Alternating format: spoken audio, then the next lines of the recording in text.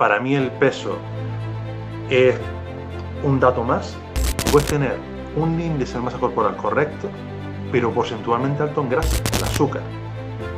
Blanco añadido a cualquier alimento, yo lo quitaría. Cuando se vende algo como con un formato que parece saludable, hay que irte a los ingredientes. Que nada me sirve que desayunemos genial si el resto de las 4, 3, 2 comidas que hagamos son un desastre. Grasas hidrogenadas, trans, la de los ultraprocesados, es realmente lo que te hace empeorar en salud.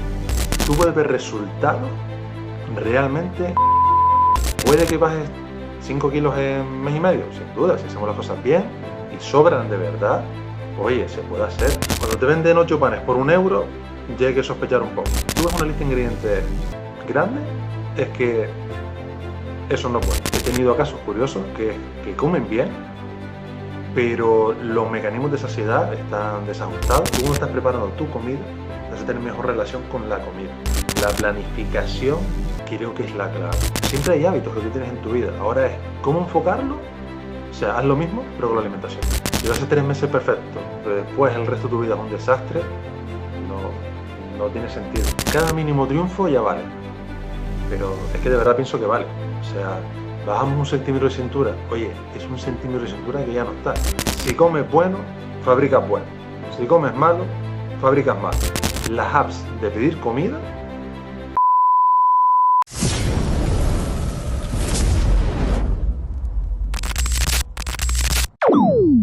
Don Vianey Zurita, ¿cómo estás, querido? ¿Cómo te encuentras? Encantado de tenerte aquí. Buenas tardes, Ciro. La verdad que bien, muy bien. Todo para adelante. Perfecto. Para que la gente sepa quién es Vianey Zurita, por favor, preséntate tú y cuéntanos un poco de tu experiencia profesional, de tus motivaciones vitales y por qué estás aquí hoy. Bueno, estamos aquí para hablar un poco de nutrición. Llevo 10 años ejerciendo de dietista, pasando consulta. Llevo 8 años en la última empresa en la que estoy actualmente, Proteína Canaria. Y he estado también pasando consultas en farmacias, en herbolarios. He dado también charlas y, sinceramente, a mí mi trabajo me encanta. Me apasiona de verdad. ¿Y tú sabías que te ibas a dedicar siempre a la nutrición o, es decir, o fue una vocación encontrada de camino? ¿Cómo ha sido esto? Fue una vocación medio encontrada de camino. Yo creo que al final todo se va enlazando. Me encanta el deporte, diré que casi cualquier deporte, me gusta, me hace sentir bien y al final todo eso para adelante. Y creo que al final una cosa enlacé con la otra y al final encontré otro camino diferente, que no tiene que ver solo con el deporte y la alimentación, sino recomendar hábitos de vida saludables. Y como siempre suelo decir, uno de mis objetivos reales es que todo el mundo viva el máximo tiempo posible, lo mejor posible. Y pienso de verdad que con alimentación, buenos hábitos, deporte, yo sé que todo el mundo lo suele oír y escuchar, pero se consigue. Pues me parece un punto de arranque fenomenal. Bien, voy a intentar hoy hacer una especie de viaje del paciente, poco más o menos, no es que vayamos a simular una consulta, ni mucho menos, pero entiendo que para la audiencia que nos sigue, lo más recomendable es que vayamos paso a paso y cómo tú puedes ir enfrentando pues las distintas vicisitudes que te encuentras con los pacientes, que estoy seguro que muchas de las personas que nos están escuchando pues pueden tener las mismas dudas o no se han enfrentado todavía al paso de buscar un asesoramiento nutricional con un profesional como puede ser tu caso, que llevas 10 años de experiencia en el sector. Entonces, la primera pregunta casi es obligada. Llega paciente a la consulta y te dice que ha venido a perder peso. Yo creo que esa es la frase habitual, la motivación de todo el mundo. Vengo a perder peso. Pero yo quisiera que lo afinaras un poquito más. Y la pregunta es muy clara. ¿Perder peso o perder grasa corporal? La mayoría de la gente viene para perder grasa corporal. Para mí el peso es un dato más, pero obviamente no es el más relevante. Porque si nos fijamos solo en el peso, y con ello cuento la fórmula IMC, esa índice de masa corporal, al final está relacionado estatura con peso, con el índice de masa corporal. Pero los porcentajes corporales son más importantes. Por ejemplo, puede venirte alguien con bastante musculatura, puede dar sobrepeso de IMC, pero realmente está saludable, aunque ponga sobrepeso, porque porcentualmente está bien. Se lo ha trabajado en el tiempo, tiene musculatura y demás. Igual que al contrario, que para mí en consulta son los peores casos, se dan pocos, pero los hay, que puedes tener un índice de masa corporal correcto, pero porcentualmente alto en grasa. Por lo cual, a ver, tu peso es correcto para tu estatura, pero no está saludable. Hablando de porcentajes corporales. Entonces, el peso es simplemente un dato más, pero hay que verlo todo en conjunto. Es decir, que cuando alguien inicia un proceso de cambio y pasa, porque esto lo manifiestan muchas personas, se obsesiona con la báscula y prácticamente se pesa a diario, puede ser que ese pesaje no sea realmente, y creo que tú lo apuntabas hace un momento, un buen indicador de progreso, sino que realmente puede ser un artificio, algo que no realmente le esté dando buena información. Totalmente de acuerdo. Y luego de pesarse todos los días es una cosa que suele decir en consulta, cuando detecto que se hace, que es realmente no realizarlo. Como mucho, si queremos llevar un control una vez en semana, con las mismas condiciones, o una vez cada 2 semanas, pero pesarse todos los días es un error, porque vas a ver menos 500, más 300, menos 400, más 600, porque hemos ido peor o mejor al baño, hemos comido alimentos que retengan un poquito más, un poquito menos. Eh, es muy mal indicativo pesarse todos los días.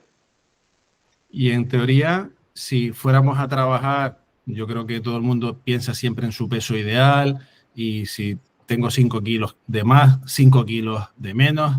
Realmente si lo fuéramos a convertir en grasa o en porcentaje de grasa corporal, más o menos de cuánto estaríamos hablando para en el caso de hombres y mujeres, si es que es el mismo valor o es diferente o similar de porcentaje idóneo. Es decir, alguien ahora mismo dice, bueno, me acabo de dar cuenta por estas palabras que Vianey ha comentado, que realmente el peso no es tan relevante, sino que debería prestar más atención a mi porcentaje de masa grasa.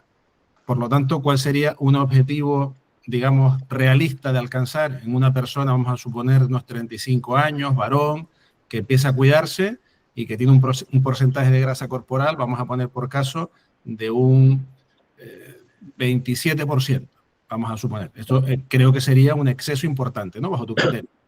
Totalmente, un exceso grande. Uh-huh.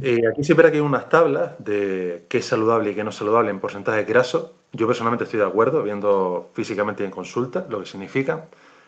Y lo normal para el varón suele estar oscilar entre 7 y 19%. Estar en esa franja. Obviamente, 7 es una franja baja, pero 19 ya es una franja alta. Es verdad que según vayamos cumpliendo años, puede cambiar un poquito ese baremo. Por ejemplo, creo que cuando cumplimos 41 años te permite llegar al 20%. Pero bueno, vamos a poner que la media entre un 15, 16, 14% es saludable en varones. En mujeres cambia un poco, se permite tener entre 12% más o menos, y hay que estar entre 20 y 33% de grasa. Lo mismo, 20% sería la franja baja, 33% la franja alta. Vale. Con lo cual, podríamos recomendarle a muchas de las personas que nos siguen que quizás es importante que profundicen un poquito más y que no solamente se queden en el valor del peso, sino que intenten averiguar cuál es su porcentaje de masa corporal y, por lo tanto, cuál sería, digamos, la fórmula en consulta, es decir, cómo manejas tú esto, cómo podemos saber nuestro porcentaje de masa grasa corporal, entendiéndolo de la forma práctica. Yo sé que hay muchas aproximaciones que son muy teóricas, con la plicometría y demás, pero me gustaría que tú un poco nos dijeras cómo lo haces tú en consulta. Yo en consulta básicamente me fío de dos medidas. La bioimpedancia, es verdad que el equipo que tenemos es monofrecuencia, entonces, bueno, teóricamente el porcentaje de error es menor, aunque todos los equipos siempre tienen algo de porcentaje de error, pero bueno, siempre hay que siempre como referencia, cuando vienen para esa consulta, ve dónde está el baremo. Y después me fío mucho de la cinta métrica, porque sí es verdad que hay un parámetro de cintura que debe ser saludable según X estatura que tengamos. Entonces, hay un dicho que me gusta mucho, y es que, bueno, por muchos abdominales que hagamos, pues la cintura no tiende a aumentar. O sea, al final eso, si va a aumentar, es por ganancia de tejido graso, y es verdad que si suele bajar, es por bajar tejido graso. Puede haber otros problemas asociados. Hemos ido a estreñimiento, no, puede que tengamos alguna intolerancia, estemos un pelín hinchados, pero por estadística no suele pasar tanto. Suele ser ganar o perder tejido graso, normalmente. Es decir, que entonces tenemos dos métodos para averiguar el porcentaje de grasa, que sería la bioimpedancia por un lado y el perímetro abdominal por otro, ¿no? La cinta métrica de toda la vida. La cinta métrica todavía, exactamente. Vale, la bioimpedancia, para aquellos que sean profanos, realmente, pues, los que conocemos un poco el tema de los hábitos saludables, la nutrición, tenemos muy claro lo que es. ¿Tú podrías explicar un poquito a la audiencia de qué se trata, dónde se lo podrían realizar? Yo sé que tú la tienes en la consulta, pero un poco para que la gente sepa realmente qué es esto de la bioimpedancia. Parece una palabra así un poco de ciencia ficción, pero seguro que tú lo puedes explicar en palabras muy claras para que aquellas personas que no estén viendo pues sepan realmente pues qué es y dónde podrían acudir para poder hacerlo. Bueno, simplificándolo mucho, es un equipo que tiene unas placas metálicas que envían un impulso eléctrico, normalmente están en los pies y lo coges por las manos. Entonces, mientras más grasa tengas, actúa como más resistencia, entonces hace los cálculos y te dice cuál es tu porcentaje de grasa. Básicamente funciona así. Vale, que realmente es una báscula que te pasa un poco de electricidad, por lo que veo, y calcula... Vale, perfecto. Es decir, que, ¿y esto dónde se puede encontrar? Una persona ahora que nos esté escuchando y diga, bueno, ¿y ahora dónde hago yo esto? En consulta nos han pedido simplemente hacer la medición, lo tenemos en consulta, y también lo hay en farmacia. Y como dato, es verdad que hace poco me he comprado, bueno, me compré, las devolví, ahí está el dato, básculas de piso, que en establecimientos, por no decir marcas, pero bueno, establecimientos, y curiosamente me compré literalmente la más económica y de las más costosas que había. Y es verdad que siendo solo de piso, para mí el margen de error que daba era muy abultado. O sea, a mí no me convencieron. Supongo que será ir probando marcas, a ver cuál está mejor, pero daba margen de error alto. Entonces, bueno, yo tiraría al menos que alguna que tenga placas metálicas en el piso y que tengas también donde coger en las manos, porque al final suelen ser más precisas y, por ejemplo, Tanita es una de las marcas que mejor trabaja.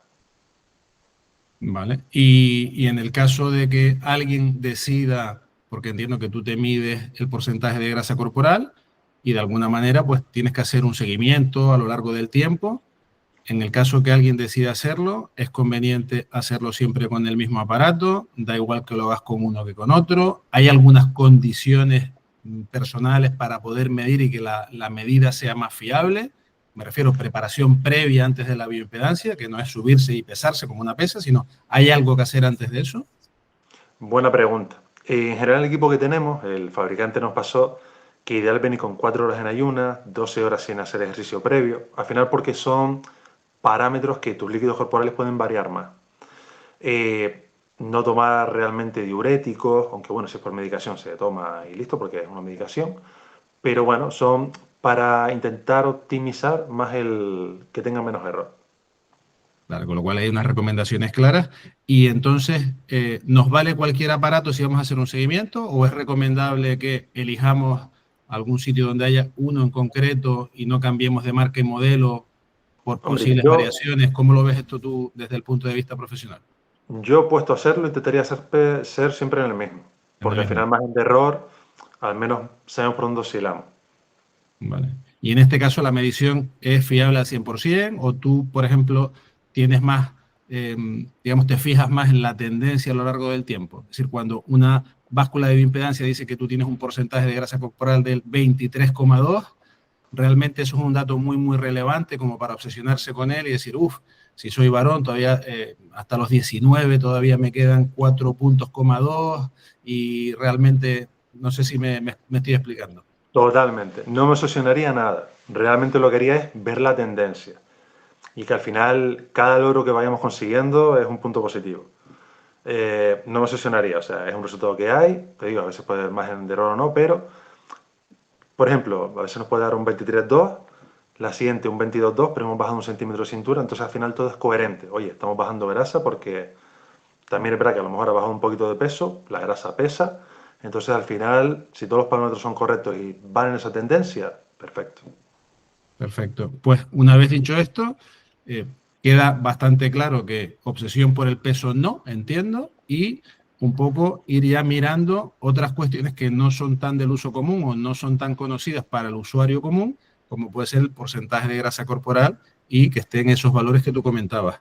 Entonces, claro, si nos tenemos que quitar la grasa, tenemos que empezar a modificar cosas en nuestra vida. Y entonces me gustaría ya pasarme a la parte de la alimentación. Pero antes de entrar en detalle, yo estoy imaginando esta persona que llega a tu consulta por primera vez y viene pues dentro de su cabeza pues con los típicos mitos que son muy habituales y que todo el mundo pues compra, ¿no? A mí se me ocurre este muy famoso de comer menos y moverse más, ¿no? Y todo el mundo cuando intenta empezar a hacer algo por su vida, pues automáticamente empieza en una restricción casi, digamos, de campo de concentración, con Totalmente. un menú bastante restrictivo en ya no solo en la cantidad, sino en la variedad. Y claro, yo no sé si esto realmente desde el punto de vista profesional es lo más adecuado o no, porque creo que es un mito que está muy instaurado. Y en este caso, pues me gustaría saber este y otros que tú puedas tener en la consulta habitualmente en estas primeras visitas que tienes que estar desmontando para empezar a trabajar con el paciente. No sé Ese, si... ese que acabas de decir es muy importante de decir, porque es verdad que hay mucha gente que viene viene comiendo de menos de lo que debería. Pero es eso, porque han iniciado un cambio y al final es como, parece que hay prisa por todo. Yo sé que a veces el ser humano funciona así y vivimos en la época de la inmediatez y todo un poco, pero realmente, a ver, todo tiene un proceso. Y sí, totalmente, gente que come a veces demasiado de menos.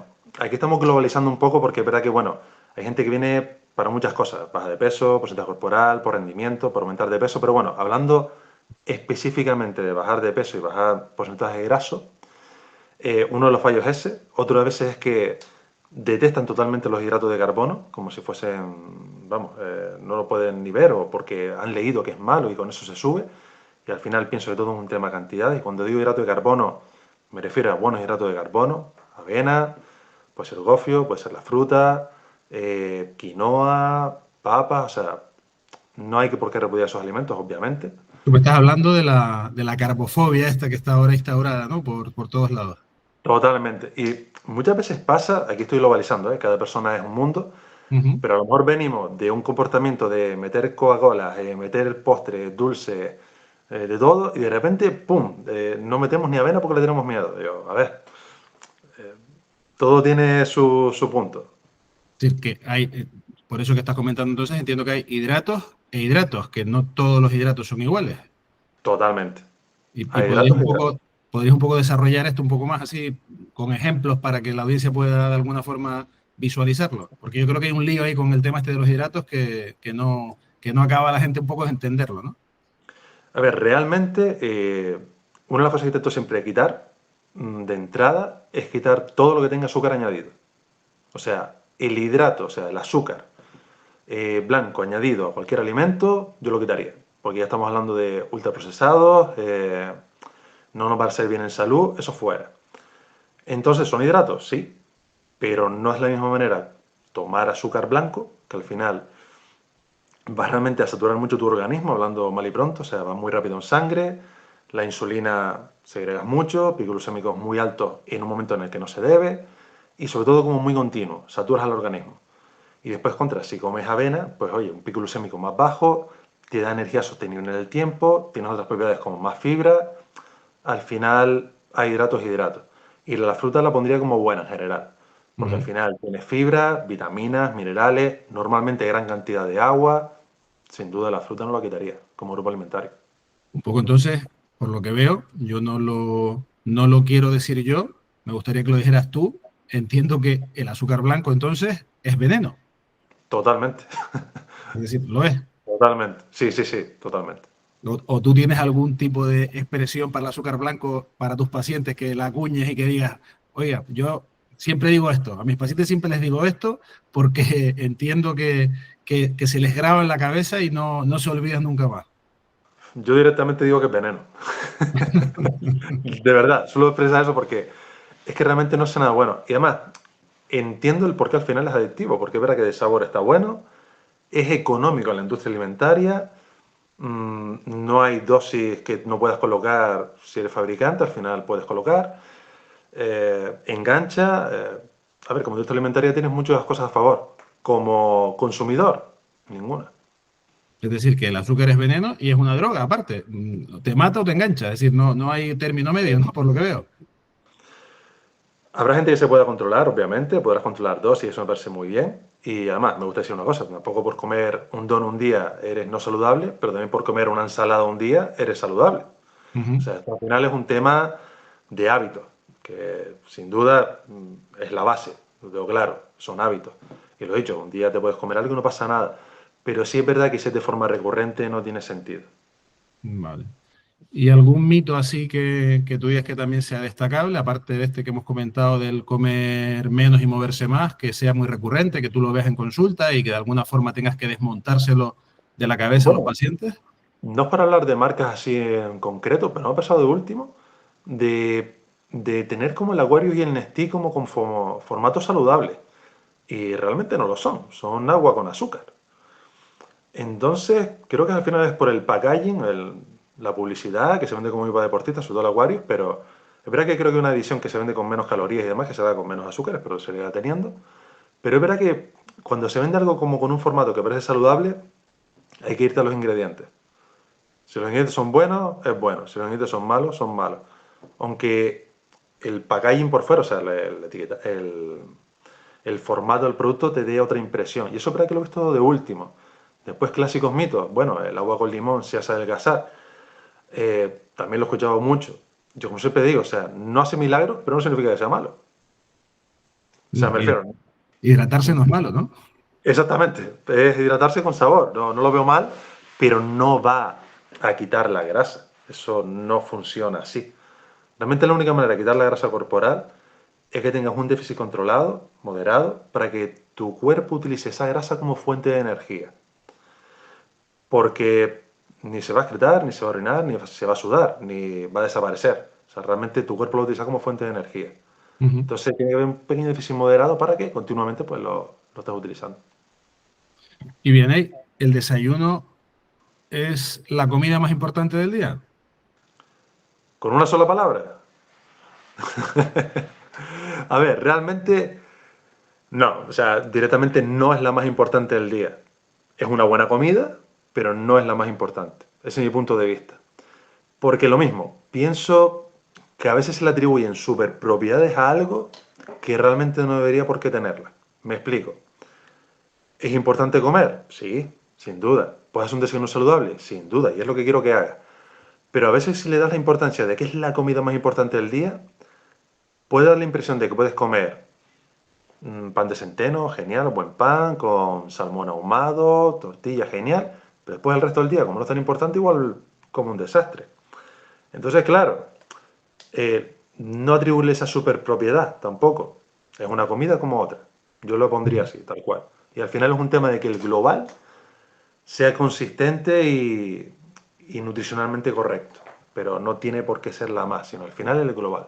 Vale, es decir, que lo bajamos del ranking de la comida más importante y es una más siempre que esté bien planteada, entiendo, con el conjunto de las comidas que tengas que hacer a lo largo del día. Totalmente. Porque nada me sirve que desayunemos genial si el resto de las cuatro, tres, dos comidas que hagamos son un desastre. Entonces, al final es un tema de hábitos y al final tener eso, hábitos y control en eso. Vale. ¿Y qué hay de las grasas? Porque también yo noto que hay un miedo tremendo, al igual que la carbofobia con los hidratos de carbono. También veo que con las grasas, yo no sé un poco si se debe a esta teoría confundida del colesterol que se ha arrastrado durante los años, cuando se le atribuyeron todas estas muertes cardiovasculares y con el paso del tiempo se ha visto que el colesterol realmente pues, es un componente muy importante para las membranas, para generar hormonas sexuales, para generar la propia vitamina D y realmente, pues, igual los problemas están en otros sitios, no están solamente en el colesterol que tenemos en sangre. Entonces, claro, yo creo que ha habido una especie de fobia a las grasas o temor a las grasas y yo no sé si te llega gente a la consulta pues con este tipo de fobia, este temor, y tú cómo manejas esto y cómo explicas que realmente esto, y ya se sabe con evidencia científica atrás que lo soporta, que no se puede hacer una generalización de que todas las grasas sean malas. No sé cómo esto lo manejas tú en tu día a día. Bueno, primero, totalmente de acuerdo con lo que has dicho. Totalmente. Y es verdad que en general la gente en ese sentido de que me suele llegar está más o menos informada. O sea, hay de todo, estoy globalizando un poco, pero siempre que, por ejemplo, yo envío muchos frutos secos, me gusta como bastante fuente de grasa saludable, Y es verdad que en general algunas te pros en contra, pero puede ser, oye, es grasa. Digo, sí, le explico, obviamente, son grasas, depende de cuáles, pues tienen un buen porcentaje de insaturadas, monosaturadas y demás, pero realmente ahí es cuando suelo decir eso, que en la dosis es donde está un poco el tema, ¿no? Hablando de no pasarnos para no coger peso, porque como es. Pero obviamente la grasa es súper saludable, o sea, aguacate, aceite de oliva, frutos secos, vamos, sin duda. Hay que meterlos en la alimentación. Vale, con lo cual tiramos también otro de los grandes mitos junto con que el desayuno es la comida más importante del día. Si le quitamos ese temor a las grasas y realmente cuando toda la gente le explica esto, se quedan tranquilos, desconfían, incrementan su nivel de grasa en su comida, porque lo hemos hablado tú y yo también en más de una ocasión, que realmente, y lo comentabas tú al principio, la gente cuando llega a ti come poco.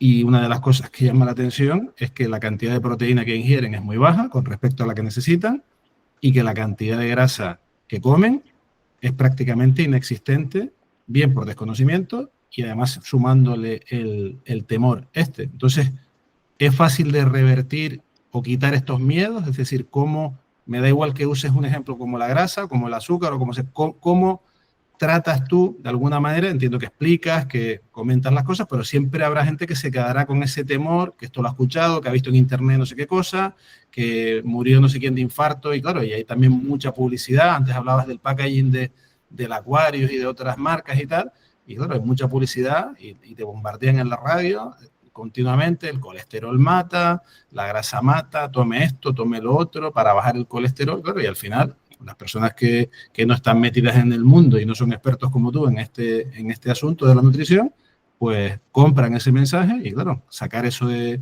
la cabeza es complicado. ¿Cómo lo manejas tú? A ver, al final entiendes un poco por dónde puede estar el miedo, porque bueno, por simplicidad dices contra. Si tengo grasa en las arterias, en las venas, pues porque como grasa, ¿no? Es simplificarlo mucho, pero realmente no funciona así. Por norma general, cuando la gente ya me viene, está predispuesta a escuchar, de forma general. Entonces, se fía. También es verdad que cuando ve un resultado, también pido analítica si la tiene y podemos ver un cambio. Y realmente cuando ves resultados, empiezas a hablar de que son alimentos saludables y demás, la gente realmente escucha y también porque está viendo un cambio y se sienten mejor.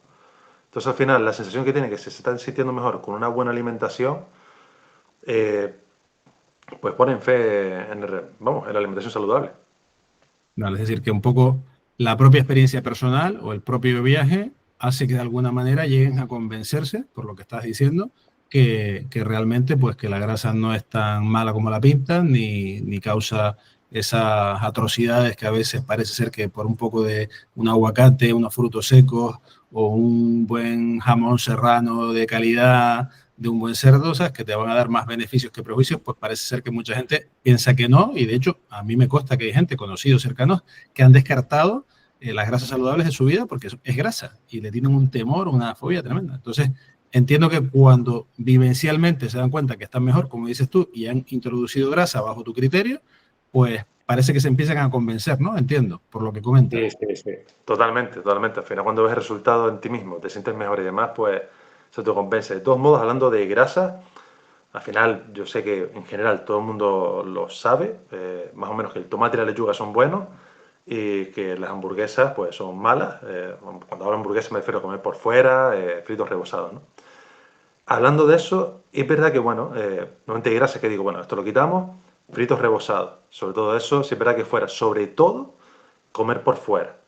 Las comidas ya industrializadas, ese tipo de grasa, como la alimentación saludable, no. Otra cosa es que un día puntual queramos dar un capricho y demás, genial. Pero para tenerlo en casa y hacerlo todos los días, fuera.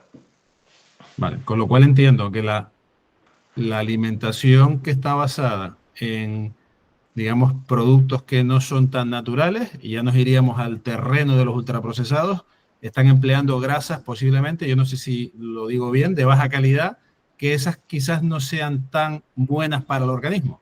No sé Totalmente.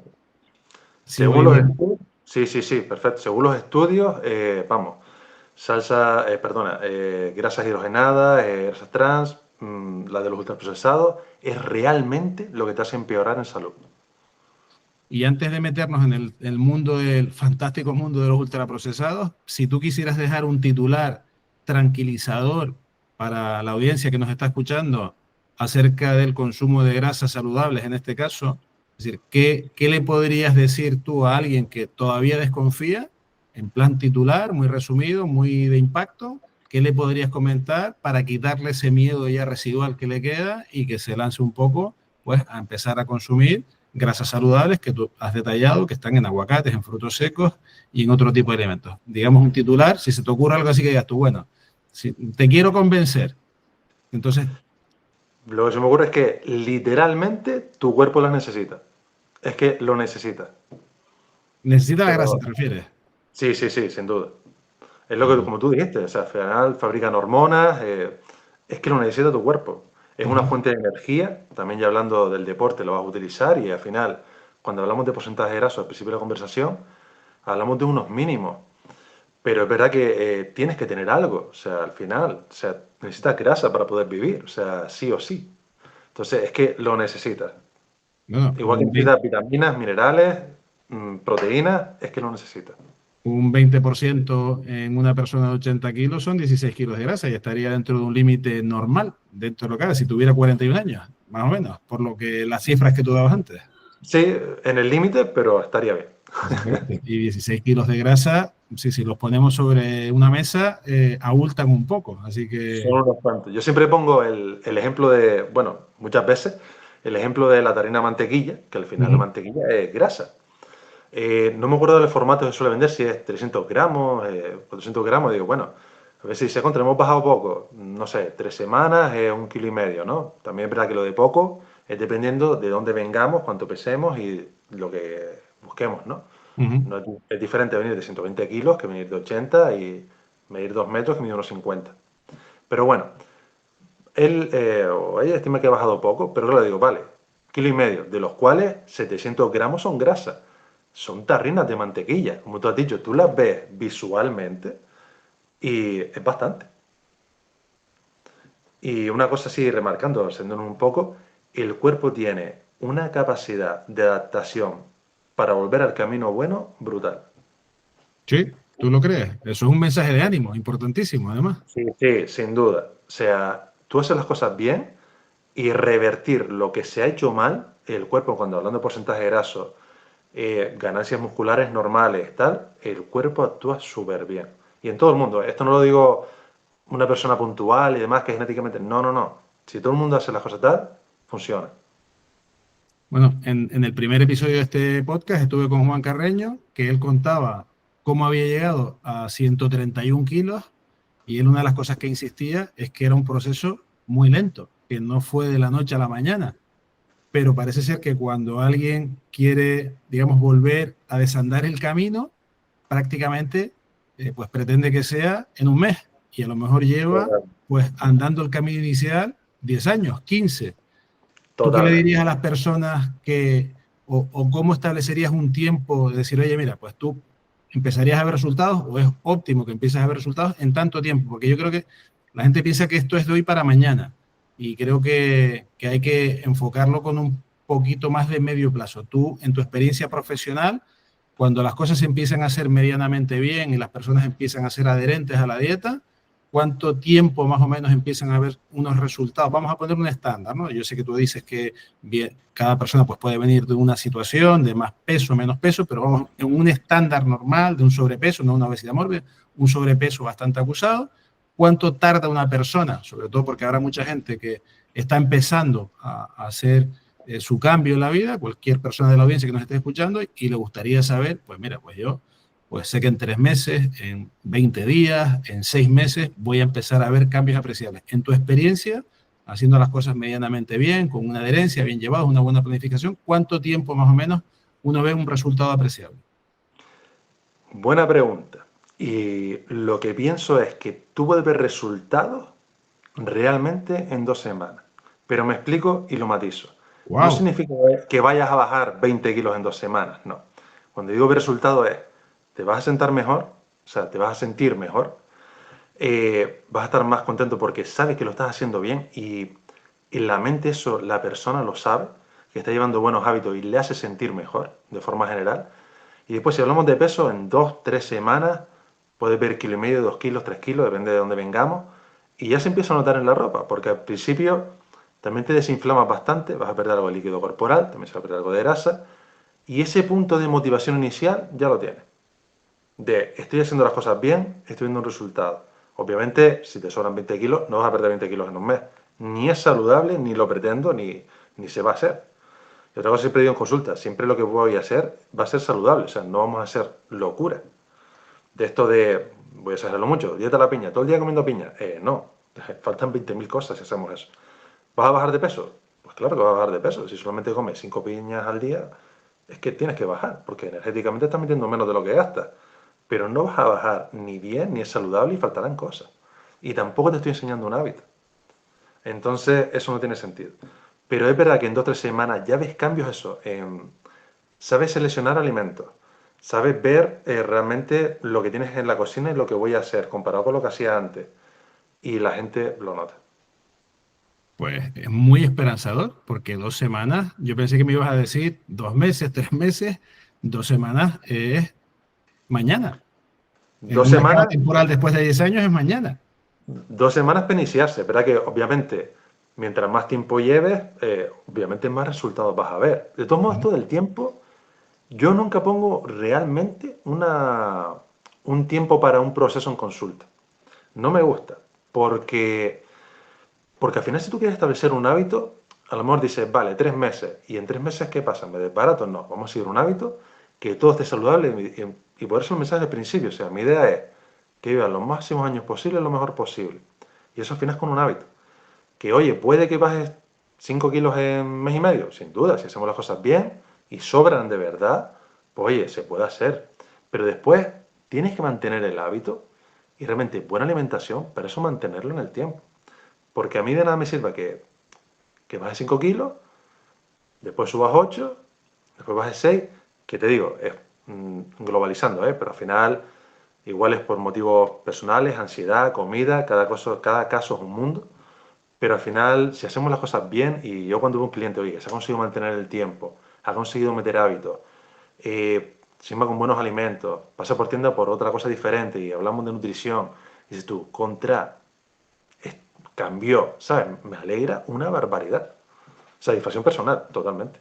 Pues la verdad es que es un mensaje bastante esperanzador, como te decía antes, y desde aquí, pues animo a todos los que te están escuchando que un poco modulen sus hábitos, que tengan adherencia a lo que están haciendo, que confíen, porque realmente al final el resultado llega. Voy a volver un poco al tema de los ultraprocesados, que lo dejamos ahí un poco parado con lo de las grasas malas, porque creo que era un buen momento también para introducir el tema del ultraprocesado por concepto. Me explico. Mucha gente habla de los ultraprocesados, pero muy poca gente realmente creo que sabe cuál es el alcance y todos los ultraprocesados que hay. Los clásicos creo que todo el mundo sabe cuáles son. Rápidamente somos capaces de visualizar pues una caja de cartón de cereales azucarados, pintados de colores, con sabor a queso, y eso lo tenemos como muy identificado, pero creo que también dentro de la alimentación tradicional, apoyada también por las campañas publicitarias, como tú comentabas antes, ¿no? Vender cosas que parecen saludables, pero realmente no lo son, al final hay una confusión generalizada entre las personas que van a hacer la compra y puede que por desconocimiento y en el error, pues metan muchos ultraprocesados en su cesta y esto no les va a ayudar en su salud. Entonces, yo creo que tu labor ahí como dietista es muy importante y me gustaría pues saber cómo esto lo afrontas en consulta, cómo se lo explicas a los pacientes y sobre todo cómo le abres la visión para que realmente no se queden con el típico tópico de la caja de cereales chocolateados, azucarados, de colores, con un elefante por fuera y que regalan además un balón para la playa. Eh, ¿Cómo lo haces tú esto? Pues mira, un ejemplo clásico y que todo el mundo consume, o casi todo el mundo, creo que puede ser el pan. El pan es curioso porque, claro, puede ser un buen pan o un mal pan, literalmente. Entonces, cuando te venden 8 panes por 1 euro, ya hay que sospechar un poco. porque al final va a ser harina muy refinada, igual tiene azúcares añadidos, y al final se verá que eso va a ser un ultraprocesado. Muchas veces con los clientes lo que les digo es si tienen dudas, porque al final es verdad que entiendo que hay muchas dudas y el supermercado es normal, al final los packaging pueden engañar un poco, o engañarnos, sino que nos hagan creer que no es realmente como son. Y yo les digo, si tienen dudas, que me envíen una foto de los ingredientes. Y cuando me lo hacen, pues les explico un poco lo que ando buscando los ingredientes.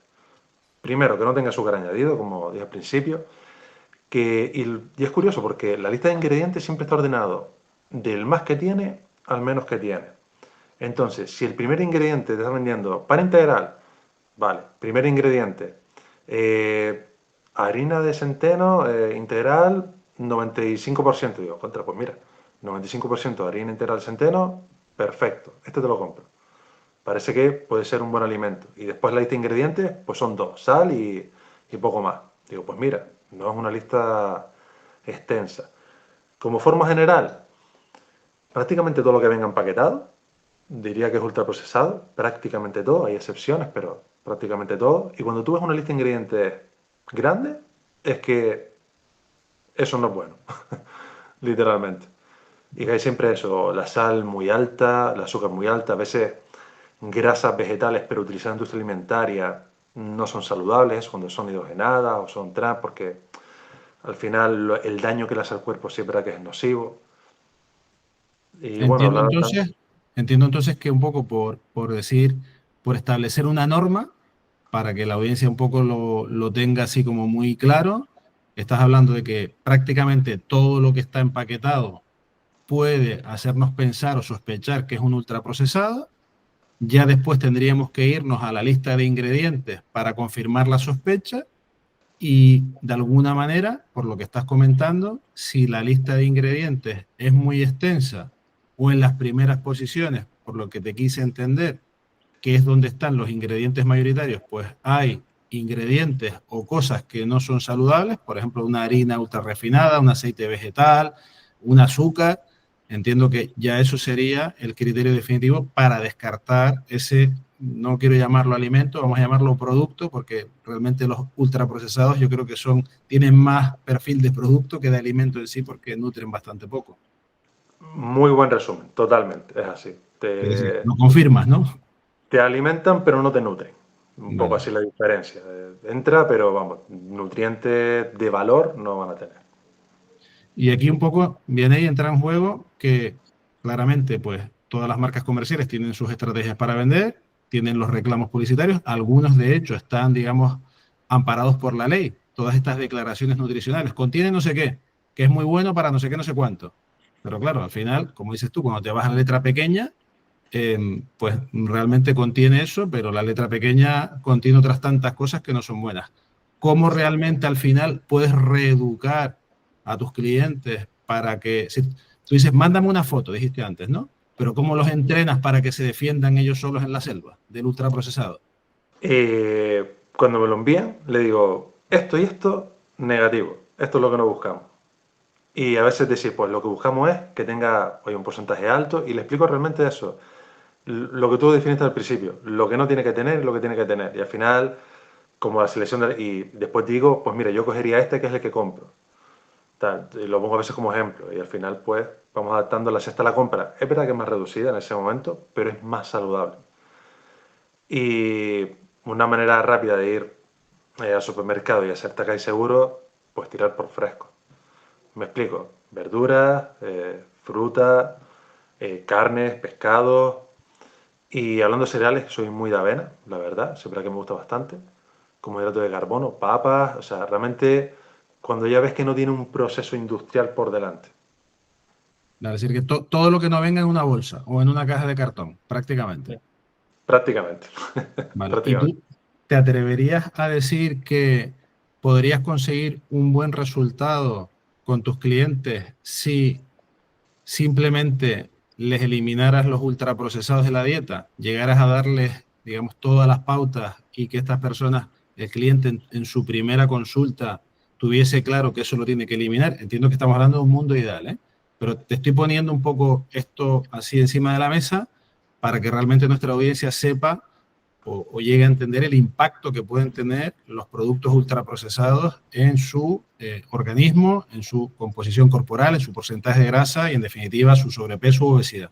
Entonces, retomando la pregunta, si tú a un cliente en su primera consulta logras convencerlo para que elimine todos los ultraprocesados de su dieta, podríamos conseguir un buen resultado en términos de composición corporal y peso en un plazo muy razonable, muy corto.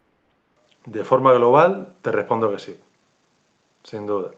También es verdad que hay casos y casos. Por ejemplo, he tenido casos curiosos que comen bien, pero los mecanismos de saciedad están desajustados y tienden a comer alimentación saludable, pero mucha cantidad. Y alimentación saludable. Son pocos casos, ¿eh? Pero puede darse. Entonces, en ese caso, es verdad que es un tema muy de cantidades. Pero de forma global, es verdad que si tú te quitas los ultraprocesados, los mecanismos de saciedad tienden a regularse. Y al final, simplemente haciendo eso, es verdad que el resultado suele ser bastante positivo. Es decir, que notas alteraciones de saciedad cuando hay un consumo elevado de ultraprocesados, por lo que estoy queriendo entender. Totalmente. O sea, si tú comes algo que tiene un buen sabor, que es bastante palatable, tipo bollería, azúcar, al final es verdad que de sabor son explosiones de sabores realmente, pues es verdad que tus mecanismos de saciedad se desajustan. Y al final puedes siempre comer de más, normalmente. Y entonces, bueno, hay que reeducar para que sea pues, alimentación más plana. Y es verdad que con eso, alimentación más plana, lo que quiero decir es que muchas veces tenemos acostumbrarnos a que los alimentos saben a lo que saben los alimentos. O sea, un aguacate sabe lo que sabe un aguacate. Un yogur natural tiene que saber lo que sabe un yogur natural. Porque después te vas al pasillo de los yogures y realmente yogures que sirvan, pues, si el pasillo mide, me lo invento, 4 metros, igual medio metro de lo que sirve. El resto son postres. Cuando No, hablas de lo que sirve o lo que no sirve, para un poco que la audiencia también lo tenga claro, hablas de 4 metros y prácticamente medio metro es lo único que sirve. La distinción entre lo que sirve y lo que no sirve, que entiendo que lo estás poniendo nutricionalmente hablando, ¿lo puedes desarrollar un poco más, explicarlo un poco más? pues viéndonos a la base que hablamos de ultraprocesados, o sea, realmente casi todos tienen azúcares exageradamente altos, demasiados aditivos también. Entonces, bueno, para mí lo que sirve son el yogur natural y con eso perfecto. Tiene un sabor agrio, hablando un poco antes de los sabores, que a veces creo que hay que acostumbrarse a que eso, que los alimentos saben lo que saben los alimentos, porque si acostumbramos a que todo tenga que saber dulce o todo tenga que tener esa explosión de sabor, es normal que los mecanismos de saciedad estén desajustados. Entonces, creo que también eso es una base. Los alimentos tenemos que ser conscientes de que saben lo que saben. Que esto no quita, obviamente, yo lo utilizo y esto sí está, lo veo bastante saludable, ponerle especias a los alimentos, o sea, cuando haces una carne, un pescado, esa parte es genial. Sobre todo cuando hablo de exaltación de sabor, me refiero mucho a eso, a fritos, rebozados, alimentos muy cargados en azúcares, esos son los que tienden más a desregular eso. No, a nadie se le escapa que la industria alimentaria además usa muchísimos aditivos que van un poco en la línea de buscar esa ultra palatabilidad que tú comentabas antes, que es dar explosiones de sabor precisamente para hacerlos más adictivos. Entonces, Totalmente. esto me sirve para preguntarte ahora algo que una vez que ya el paciente ha llegado a la consulta, que le has explicado todas las cuestiones, le has hecho la planificación, viviendo en este mundo de sabores explosivos, de una desregulación completa de la saciedad, llega una lógica y natural resistencia al cambio, porque todo el mundo piensa, y creo que también es como un pequeño mito, que comer bien o comer sano o comer de una manera adecuada, yo siempre lo resumo en comer mejor, que no se trata de comer más, sino comer mejor, pues tiene que ser aburrido, porque vienen de la gran fiesta, del parque de atracciones de los sabores, ¿no? Y parece ser que todo el mundo tiene en su cabeza que comer bien, aunque tú hayas apuntado al tema de las especias, que lo comentarás ahora un poquito más desarrollado, supongo, pues todo el mundo piensa que comer bien es comer, hacer un sacrificio, comer mal, es decir, comer, no mal, me refiero a comer peor, aburrido, sacrificado, ¿sabes? Todo plano, la típica dieta de la lechuga y el pescado hervido, ¿no? Y esto yo no sé si tú tienes que hacer un trabajo especial de mentalización, porque realmente yo estoy convencido que no es así, pero me gustaría que tú dieras la visión desde como el profesional que eres de la consulta, ¿no? Hay muchas veces en que sí se da. Y además, una cosa me voy un poco más al principio también, de que realmente cuando viene el cliente le digo que no me gusta llamarlo dieta, porque es verdad que la palabra dieta, como tú acabas de decir, parece que vas a comer pescado hervido y todo tiene que ser insípido, y no tiene por qué ser así. Y al final me gusta llamarlo eso, planificación de alimentación saludable, es verdad que eso es en base a un objetivo, pero eso, sobre todo a la hora de cocina, especias, la sal, de manera adecuada la veo súper correcta. Sobre todo verá que si hacemos más ejercicio, pues oye, se puede buscar siempre un poquito más de sodio. Y yo es que personalmente lo que trabajo es bastante con especias y jugar con alimentos, combinaciones. Oye, puedes hacerte una crema de calabaza con tal y verá que el sabor es buenísimo. Lo que pasa es que, claro, si estamos siempre acostumbrados a que todo tenga que ser esa ultra mega explosión, tenemos que cambiar nuestra expectativa de, hey, esto no es un dulce ultraprocesado, es diferente, es mejor, pero es diferente.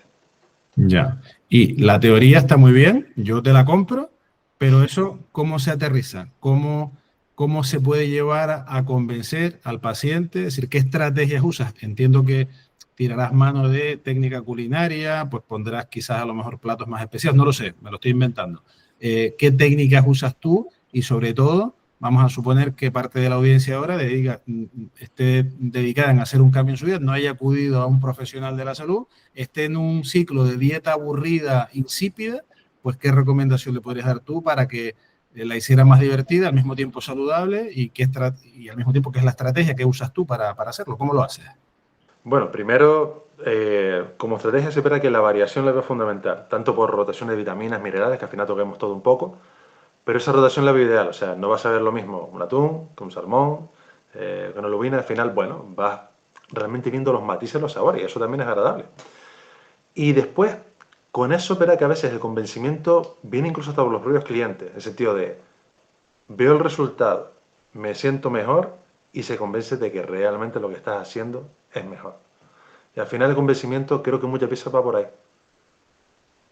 Va por ahí y porque sobre todo además también yo creo que cuando tú te deshabitúas, y corrígeme si me equivoco, de este parque de atracciones de sabores, realmente empiezas a apreciar lo que tú comentabas hace un instante, que es que una manzana sabe a manzana, una zanahoria sabe a zanahoria, un yogur sabe a yogur, y creo que es una distorsión que se produce cuando comes mal, cuando comes mucho ultraprocesado, que realmente has perdido la noción de los sabores de las cosas y no disfrutas de las comidas. Un poco en paralelismo lo que le ocurre a un fumador cuando deja de fumar y empieza a darse cuenta que las cosas huelen a otra cosa que no sea tabaco, porque prácticamente no olía nada cuando estaba todo el día fumando. Y creo que esto, no sé si te lo habrán manifestado tus clientes, es algo que suele pasar, o por lo menos yo esto lo he visto en muchas personas de mi entorno que han empezado a alimentarse basándose en productos, perdón, basándose en alimentos y no en productos, tirando de alimentación natural, variándola, metiendo especias, cocinando más, que yo creo que es clave, y de repente pues se dan cuenta de eso, que la zanahoria es súper dulce. Y antes no lo apreciaban porque estaban tan acostumbrados a tener una carga dulce en su boca que no lo veían. No sé esto como si a ti te lo manifiestan los propios clientes, realmente pues llegan a digamos, esta transición de no saborear las comidas y empezarlas a saborear. ¿Esto es habitual en la consulta?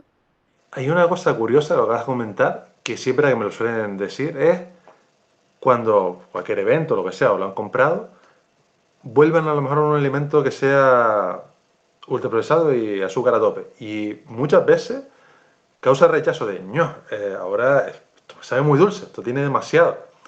Y inicialmente causa un rechazo. Y es curioso porque eso ya es como, es demasiada exaltación del sabor. Se han reacostumbrado a comer bien, a lo que realmente eso, mecanismos, necesidad, todo esto es genial. Y cuando vuelve a estar es como, no, esto es demasiado. Y eso sí para que es un indicativo de, oye, lo hemos hecho bien. Con lo cual, si le diéramos la vuelta, podríamos pensar que realmente cuando estamos teniendo una dieta basada en ultraprocesados, es decir, nuestra comida habitual es ultraprocesada, estamos también en un proceso de habituación que no somos capaces de detectar lo otro. Es decir, es como una especie de pescadilla que se muerde la cola. Si estoy comiendo mal, sigo enredado en comer mal, porque cuando intento comer algo bien no me sabe a nada, pero cuando digamos, me meto en el propósito de hacer un cambio, realmente empiezo a saborear y vamos al punto inicial que yo te decía, una planificación digamos, saludable, puede ser, si puedes disfrutar de ella. Y creo que me decías que sí, ¿no? Cuando la gente empieza a esto. Entiendo que es así, ¿no? Ve su cambio, ve todo, mejor relación con la comida, porque muchas veces lo que pasa, y tú lo dijiste antes también, de que hay que hacerse la comida, hay que tener un tiempo para ello. No se tarda mucho, la gente a veces piensa que se tarda demasiado estar en la cocina. Yo personalmente lo hago todo a la plancha, hervido y a lo mejor alguna cosa al horno, pero en general me gusta bastante la plancha y el hervido. Y se tarda muy, muy poco en hacerlo. Ujú. Y muchas veces la costumbre que sí veo, sobre todo en las noches, es de coger, app de pedir comida, pedimos y claro, no hay que preparar nada, pero lo mismo, estamos echando ultraprocesados, seguramente calóricamente mucho más alto, palatabilidad a tope, entonces claro, tenemos que tener un cambio de conducta, es decir, eso fuera, me tengo que preparar yo lo mío y tener esa buena relación con la comida de me tengo que preparar. Y es verdad que todo lo que uno haga, creo que en general en la vida, cuando tú lo estás haciendo y encima lo vas a consumir y sabes que es bueno, te da mejor relación con eso. O sea, tú cuando estás preparando tu comida, vas a tener mejor relación con la comida. Eso es Ujú. verdad que creo que es fundamental. ¿Vale? Entonces, por lo que estás diciendo, a mí ahora se me abre un esquema mental en base a todo lo que has comentado, que entiendo, y corrígeme si me equivoco, que es muy interesante cuando tú estás inmerso en un proceso de cambio, primero que planifiques tu menú o tu comida, no estoy hablando de cuando acudes a un profesional, sino cuando lo haces tú de manera autodidacta, que esa planificación esté basada en alimentos de verdad, llamados alimentos de verdad, aquellos que no están en una bolsa o en una caja, como tú bien definías antes, que además hagas tú la compra, con lo cual tengas un control de los alimentos, ¿no? Entiendo, por lo que tú decías también Exacto. de leer las etiquetas y tal. Y por último, que seas tú el que prepare la comida, por lo tanto ya el control está desde el principio hasta el fin. Planificas, compras, cocinas y te lo comes. Con lo cual no hay ningún tipo de pérdida de la cadena de custodia de los alimentos y No de hay alguna ninguna manera el duda. resultado es más favorable, ¿no? Por lo que veo. ¿Estás de acuerdo que esta sería la secuencia lógica? Un poco estoy intentando recapitular todas las pautas que nos has dado, intentando ponerlas de forma lógica para que la audiencia de alguna manera pues pueda seguir como un hilo conductor y de, oye, pues mira, pues el camino quizás va a ser este. Eso sería lo ideal. Y es verdad que cuando la gente lo sigue, lo nota y sabe que es lo ideal. Uh -huh. Creo que muchas veces nos ponemos trabas de decir, bueno, no tengo tiempo. Y lo como tú dijiste, la planificación creo que es la clave. De decir, oye, tengo los alimentos que tengo que tener para consumir. Otra clave es, si compras bueno y algún día tienes más ansiedad, lo que sea, y vas a tirar por comida en ese momento, vas a tirar de un yogur más, una zanahoria más, una pieza de fruta, no me preocupa. Vale, al final vas a tirar de alimentación saludable, pero ya no tiramos de malos alimentos. Y la planificación, yéndonos un poco a lo de antes, es lo fundamental. O sea, por ejemplo, me toca o necesito comer una parte proteica por la noche, ¿no? Pues bueno, ¿tengo algo ya en la nevera para poder hacer? Sí, perfecto. No, saco del congelador para ya tenerlo todo preparado, porque si llegamos a las 8 de la noche a casa y no lo hemos sacado del congelador, ya estamos ahí como, falta esa planificación. La planificación lo veo fundamental. Pero en general en todo, en la vida y en la alimentación se nota. Y tú, por ejemplo, haces de alguna forma el esfuerzo de, entiendo, de explicarle a tus clientes, porque claro, al final la planificación inicial se la das tú, porque tú eres un poco el que lo diriges al principio. Pero entiendo también que tu labor, ya no solamente como dietista, sino como educador nutricional, también es que el cliente de alguna forma pues adquiera esta habilidad, ¿no? Y él sepa al final qué le conviene y qué no, en función de su contexto, de sus gustos. Entiendo que esto un poco también te lo encuentras tú en el día a día y lo promueves, ¿no? Entiendo. Sí, pero es verdad que eso lo voy teniendo como por feeling con el cliente. Uh Por -huh. ejemplo, hay gente que se planifica muy bien de entrada, o sea, sabe cómo hacer la compra, sabe cómo todo. Después hay gente que me dice, mira, no tengo tiempo, me cuesta esto. Entonces digo, bueno, vamos a buscar estrategias. Yo personalmente mi estrategia es que el día anterior tengo preparado el día siguiente. Entonces simplemente ejecuto ese día y por la noche ya preparo el día siguiente. Me es más fácil de esa manera. También cuando digo preparar, son cosas muy sencillas. Sacar una cosa del congelador, porque las preparaciones son muy rápidas. En mi caso, yo normalmente lo que utilizo es sartén, hervido, todo eso es muy rápido. Pero bueno, es verdad que esa planificación de tener estos alimentos y demás, pues el día previo.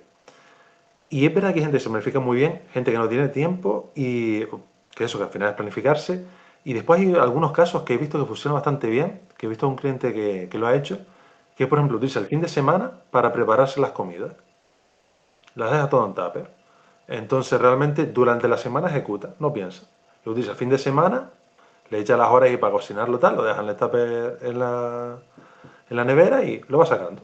Es otra planificación y funciona. Pues la verdad es que es una buena idea esta última aproximación. Creo que en redes sociales, en YouTube y en Instagram y en otras, hay como mucha corriente, lo llaman el meal prep, casi todas las que vienen de, digamos, de Estados Unidos, Reino Unido, o el batch cooking, el cocinar por lotes o la preparación de la comida. Y la verdad es que yo he visto auténticas preparaciones así en bloque en fines de semana. Yo soy muy de eso también y creo que ayuda bastante y que es un buen hábito para adquirir. Y diciendo esto, pues me gustaría un poco que hablásemos de los hábitos, porque tú los nombraste un poco así por encima al principio, pero creo que al final son la base de toda esta historia, que realmente son súper importantes y quiero saber cómo los trabajas tú, cómo detectas cuando no hay hábito, cómo enganchas al paciente de nuevo cuando los adquiere y los pierde. Cuéntame, por favor, todo lo que hagas con los hábitos, porque creo que eso es una información de valor súper importante para la audiencia y va a ayudar muchísimo. Eh, bueno, primero es que los hábitos que son todo, pero en general en cualquier cosa. Vas a entrenar, pues no vale con entrenar un día a la semana y después faltó 2 semanas, no. Tienes que tener el hábito de ser constante. Y aquí es lo mismo, tienes que ser el hábito de ser constante. Y muchas veces es verdad que cuando la gente no es constante con la alimentación, porque creo que aquí pasa una cosa curiosa, y es que como hay poder adquisitivo para tú ir al supermercado, nadie te controla y puedes comprar lo que quieras porque me apetece, tienes que tener ese control de decir, hey, esto no es un hábito saludable. Poder puedo, pero no es lo saludable. Entonces, tienes que tener muy consciente de que el hábito general es lo que tú compres para casa tiene que ser alimentación buena. Que si algún día quieres salirte por fuera y demás, sal por fuera, algo puntual y demás. Pero en casa tienes que tener alimentación saludable. Eso, pero vamos, segurísimo. Eso de si tengo, no, unas papas por si viene sobrino, tal, una golosina, no, te las vas a acabar comiendo. De forma general. En casa, alimentación saludable. Eso como hábito lo veo brutal. Y mucha gente, lo que siempre intento reforzar positivamente con muchas cosas porque gente, personas que cuesta y se contra, no tengo hábitos. Y es verdad que siempre digo una cosa, digo, estás acostumbrado a ir a trabajar, ¿no? Todos los días. Sí, te levantas a las 8 de la mañana, sí, digo, hábito tienes. Digo, tienes el hábito de levantarte todos los días a las 8 de la mañana. Tienes el hábito de darle la comida a tu hijo o lo que sea, o como esté esa relación, ¿no? Pero siempre hay hábitos que tú tienes en tu vida. Ahora es, ¿cómo enfocarlo? O sea, haz lo mismo, pero con la alimentación. O haz lo mismo con el entreno. ¿Vale? Con el movimiento en general. Yo entreno de eso, movimiento y estar saludable. Y al final, hábitos todo el mundo tiene. Pueden ser buenos o malos, pero el tema es, tenerlos tienes. Ahora es, enfócalos en la alimentación. Y te van a hacer bien. Yo creo que al final la clave es que si tú ves que ya algo te sienta bien, al final lo acabas llevando a cabo. Sin duda. Si tú ves que realmente te sientes mejor, te va a subir la autoestima porque te verás mejor. Ves que tienes menos porcentaje de grasa, hablando de pérdida, ¿no?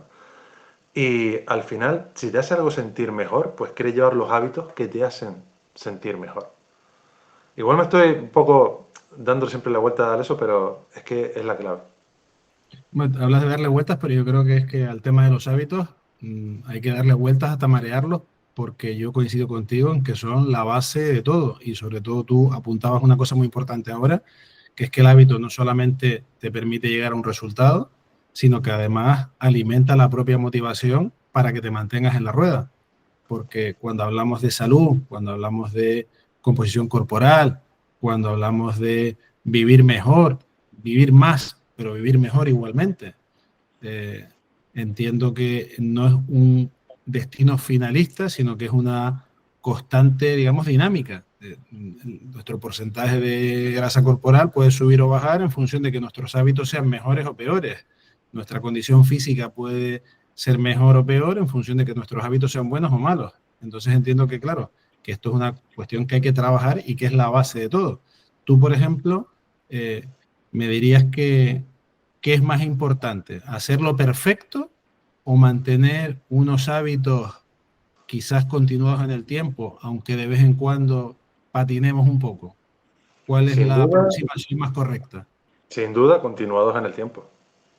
Aunque tengamos eso, 1, 2 comidas a la semana, pero que el resto sea saludable, continuado en el tiempo, sin duda. Creo que de nada, bueno, de nada sirve, no, te enseñará en su momento, pero si lo haces 3 meses perfecto, pero después el resto de tu vida es un desastre, no, no tiene sentido, entre comillas. Prefiero que los hábitos sean saludables y mantenidos. Y eso, un par de comidas fuera, si el porcentaje de acierto es del 90%, lo estás haciendo bien. El 90% sostenido en el tiempo.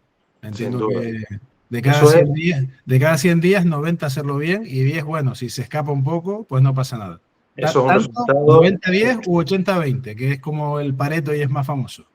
Bueno, 80-20, notable alto, lo compro. Lo Bueno, compro. yo solamente estoy sugiriendo, el profesional eres tú y yo simplemente te estaba regateando un poco porque yo pensaba, bueno, igual hay algún día que se me escapa un poco más la historia y no, no lo hago tan bien. Pero bueno, el 80-20 aceptable, pero lo idóneo y lo ideal sería el 90-10, ¿no? Entiendo. Sí, sí. Y también otra cosa importante con esto, que ese 10% sigue siendo buena relación con la comida, me explico. Imagínate, estás haciendo una alimentación saludable, pero te toca comer por fuera, que no sea esa ansiedad de mala relación de, vos necesito comer por fuera y comerme 4 pizzas. No, no, no va de eso. O sea, disfruta en su momento que tal, pero la ansiedad que te puede llegar a producir, sé que es un tema más mental, se trabaja con el tiempo, pero que tener buena relación con esas salidas por fuera también. Momento, disfrutas tal, punto y aparte y fuera. Es decir, que cuando hablas de la relación, te refieres que ya que sabes que tienes ese margen de error, en teoría, no hagas del error una catástrofe. Es un poco lo que quiero entenderte por las palabras que estás comentando, o algo así, o como... No eso, bueno, eso también, pero sobre todo a lo mejor, imagínate, estás hablando de una semana, 6 días haciéndolo perfecto, y parece que desde el lunes estás deseando que sea el domingo para salirte como sea. Entonces, claro, tienes que intentar entender que el proceso bueno es el lunes al sábado. Que el domingo te sales por fuera, genial, porque cuadró esto, lo otro, has quedado con pareja, amigos, lo que sea, oye, lo disfrutas. Pero intentar mentalmente no tener la ansiedad de solamente pensando el lunes en ese, me tengo que salir el domingo porque me toca. No sé si me explico. Si te explicas perfectamente, yo no lo estaba captando bien, pero ahora lo he entendido perfectamente. Un poco ahí creo que también estás tocando, aunque no lo has comentado así, un poco el concepto de la comida trampa o del día trampa, que se ha puesto muy de moda también ahora. Y claro, al Totalmente. final parece que el día trampa, en vez de ser un día que ocasionalmente ocurre porque pasa cualquier cosa externa, tiene que ser un día prefijado en el calendario y espero que llegue ese día, por lo que comentas, para pues saltármelo todo a la torera y hacer todo mal, pero no porque yo me encontrase mal ese y no pudiese, digamos, tener el control del día a día como llevo, sino porque toca porque es el día trampa. Un poco creo que va por ahí lo que estás queriendo. Exacto. Exacto. O sea, que no tenga ese porque toca, ya tengo que saltármelo todo. Pero eso va ligado a eso, con mala relación con la comida. Intentar que, oye, si sale por fuera, oye, sale por fuera, hay un evento, lo que sea, lo disfrutes y para adelante. Y pues, pero es como la ansiedad porque llegue ese día, creo que es lo que hay que trabajar. Uh -huh. O sea, no tiene por qué haber una ansiedad porque llegue ese día sí o sí. Vale, ahí un poco también lo estás ligando con digamos, el estatus mental de cada uno. Ahí digamos que estaríamos pasando de la parte ya más nutricional a la parte psicológica del asunto. En alguna ocasión que he tenido alguna conversación contigo, me has comentado que al final, cuando tus clientes tienen muy claro por dónde deben de ir desde el punto de vista nutricional, tú, aunque no seas un profesional de la psicología, sí que tienes que hacer un trabajo psicológico de fondo porque empiezan a aparecer comportamientos de este tipo, ¿no? Me gustaría que nos contases un poquito más de esto porque me parece un territorio quizás a lo mejor inexplorado, pero que es muy interesante y sobre todo porque entiendo que hay mucha gente de la audiencia que se puede encontrar en esta situación ahora mismo y que igual les puedes aportar algún valor, pues, contándonos cómo lo haces tú habitualmente. Aquí hablo por experiencia, lo he dicho por consultas. Igual que digo que los hábitos son todo, pero en general en la vida pienso que para cualquier cosa, al final se consigue por hábitos. También es verdad que cualquier cosa en la vida, pues la mente juega un papel, pero vamos, no importante, es que creo que es el primordial, porque si tú no eres capaz de convencerte a ti mismo, o sea, tu mente es muy difícil que hagas algo, que hagas casi cualquier cosa. Entonces, tienes que construirte al final y el por qué lo estás haciendo. Y yo creo que es muy importante porque en general todo el mundo sabe que el tomate y la lechuga es bueno y las palmeras de chocolate son malas. Creo que ese concepto general se sabe, pero aún así seguimos tirando más por alimentos malos que por alimentos buenos, globalizando. Y aunque mentalmente a veces lo sepamos, es complicado a veces en muchos casos cómo revertirlo. Es que esta conversión cada persona es un mundo, de verdad, porque al final puede ser por 20.000 cosas. Hay mucha ansiedad, estrés en general en la vida actual, inmediatez, te parece que tengo que conseguir algo, también comparaciones con redes sociales o lo que sea. Entonces al final eso puede causar un estrés de no conseguirlo todo de inmediato y al final volver otra vez a malos hábitos. Y al final es como tú comentaste, te vuelves ahí en una espiral y para adelante. Entonces, bueno, esa parte hay que trabajarla. Y mi manera de trabajarla con la mente es de que cada mínimo triunfo ya vale. Pero es que de verdad pienso que vale. O sea, bajamos un centímetro de cintura. Oye, es un centímetro de cintura que ya no está. Si eso es exponencial de aquí a X años, es que vamos, estamos genial. Pero casi todo tiene que ser inmediato. Entonces, cualquier mínimo logro, eh, hay que darle el valor de que es un buen logro. Y los días que no sale tan bien, pues oye, mira lo que hemos hecho de aquí para atrás que ha salido bien. Pues oye, ha sido esta en particular que no salió tan bien, pero lo podemos conseguir y puede. Porque mira tus resultados anteriores, se puede. Y al final, motivación. Es decir, que estás un poco aplicando la técnica de ver siempre el vaso medio lleno en lugar de verlo medio vacío. Que Total. eso, Tomo, también es verdad que personalmente me lo aplico a mí. Yo siempre veo el vaso medio lleno. ujú. Y a veces tiene 3 gotas y yo digo, bueno, está rebosando. Por si acaso. Y tú crees que llegado un momento, dentro de lo que es la esfera psicológica, pues evidentemente tú atesoras 10 años de experiencia a tus espaldas, con lo cual manejo seguro que tienes, perfecto, pero ¿crees que llega un momento donde quizás hay que buscar un abordaje multidisciplinar y recomendarle al cliente que también se ponga en manos de un psicólogo? Porque entiendo, como tú dices, que cada persona es un mundo y a mí así a bote pronto empiezo a pensar aquella persona que empieza la dieta, que viene con una autopercepción de sí mismo o de sí misma, pues absolutamente distorsionada. Me veo mal en el espejo, estoy fatal, mi autoestima por los suelos y tal. Después está la otra persona que empieza, pero no tiene el resultado que él mismo se ha creado en su cabeza, con lo cual el manejo de esa expectativa también entra dentro de la esfera psicológica.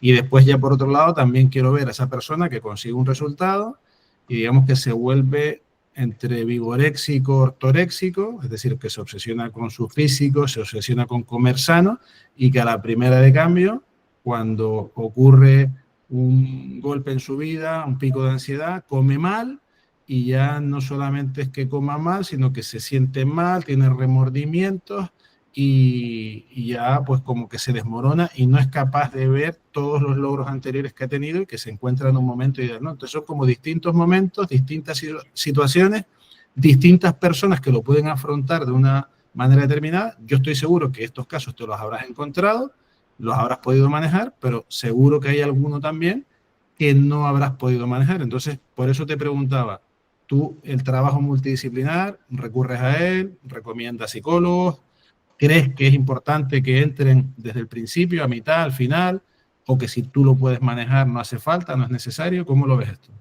Creo que hay personas que creo que lo primero sería ir a un profesional de la psicología. Lo primero. Es verdad que cada caso es eso, que cada caso es un mundo. No diría que son los más que me encuentro, a lo mejor que eso sea la primera opción, pero sí ha habido casos. Es Y al decir, que final, antes de dieta, psicólogo. yo en algunos casos sí, en algunos casos sí. cada persona es un mundo y al final interactúo con ellos en una primera consulta 50 minutos, una hora y por revisiones más o menos media hora. Entonces, claro, en ese espacio de tiempo intento ver realmente cómo poder ayudar, fundamentalmente. Y es verdad que creo que hay casos en los que sí. Y Y me parece una totalmente pregunta, correcto. O sea, una pregunta que te quiero hacer. Cuando te has encontrado con algún caso de estos que has enviado a la persona al psicólogo, ¿has retornado luego a tu consulta o son personas que has perdido de vista y que han resuelto su problemática y posiblemente ellos mismos, entiendo que los has perdido de vista y ellos pues han reconducido su vida? Si te ha pasado el caso de que te llega alguien, ves que esa situación es inmanejable porque necesita asistencia psicológica, lo envías al psicólogo, ¿vuelven a tu consulta? los que recuerdo siguen viniendo a consulta y van a psicólogo. Entonces al final siguen estando porque es verdad que, oye, para seguir estableciendo buenos hábitos con la comida y la otra parte es para que tengan una sintonía perfecta en general con la vida. Con eso con la vida me refiero a que se ordene el tipo de ansiedad o miedos y todo un poco. Que al final todo va relacionado. Ujú.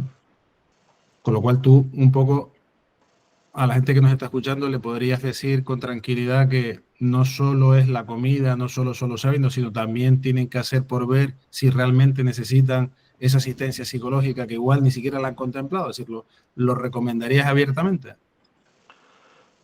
Cada caso es personal, pero vamos, sí, es una opción, totalmente. Ujú. Pero es verdad que cada caso, es que ahí creo que cada persona es personalizarlo, la verdad.